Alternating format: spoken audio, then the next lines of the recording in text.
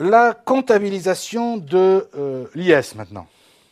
Alors, la comptabilisation des versements à compte et liquidation en N. Donc, là, c'est très simple, hein, puisque quand vous versez des acomptes, est-ce que vous comprenez que ça veut dire quoi? Vous versez à l'avance une somme d'argent aux services fiscaux avant de savoir exactement combien vous devrez. Ben regardez bien, hein, c'est pas difficile. Hein. 444, État, impôt sur les bénéfices, à 512. D'accord?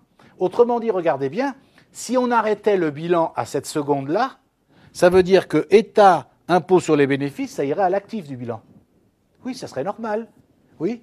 En attendant que je connaisse exactement le montant de l'impôt, j'ai une créance sur l'État. Oui, c'est logique. Et ça, c'est la comptabilisation des acomptes, hein, vous me suivez. Et par contre, la comptabilisation de l'impôt dû au titre de N, là, ça va être 695, impôt sur les bénéfices, à 444, État. Et est-ce que vous comprenez que la liquidation, ça sera le solde du compte 444 ?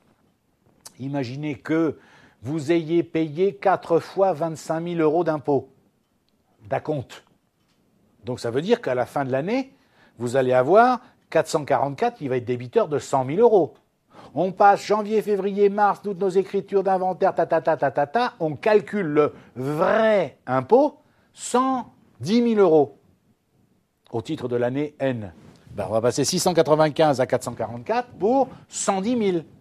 Conséquence, qu'est-ce que ça veut dire?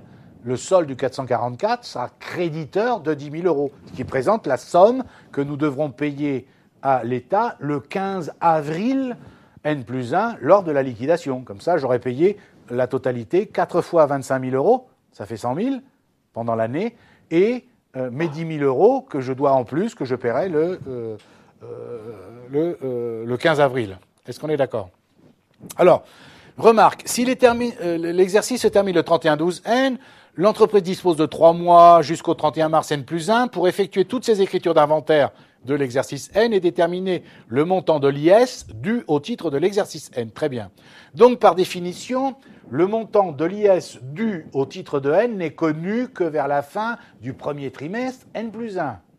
Or, l'écriture ci-dessus, 695 à 444, sera quand même enregistrée au 31/12/N. C'est-à-dire que c'est le même problème, souvenez de ce que nous avions dit. Toutes les écritures d'inventaire de l'exercice N, bien qu'ayant physiquement été effectuées pendant le premier trimestre N plus 1, sont enregistrées dans le logiciel de comptabilité ou à la main, si on le faisait à la main, en date du 31/12/N. Ça, c'est le problème de la, vous vous souvenez, hein, règle fondamentale de la règle de la séparation des exercices. D'accord? Ceci dans le but de bien séparer les exercices. Bien comprendre toutefois que c'est exactement le même principe que pour les écritures d'inventaire, bien qu'étant physiquement passées pendant le premier trimestre N plus 1, elles sont enregistrées comptablement en date du 31/12/N, bien entendu.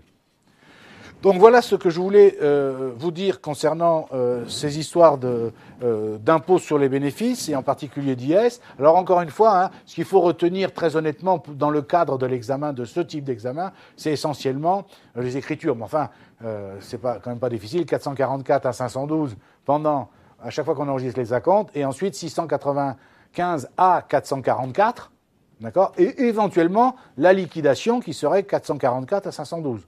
Donc c'est pas ça. Après, le reste, ça ne remplace pas, une dernière fois, un vrai cours de fiscalité où là, évidemment, on rentre beaucoup plus dans les détails que ce qu'on fait là. Là, c'est juste le principe général qui m'intéressait de vous apprendre.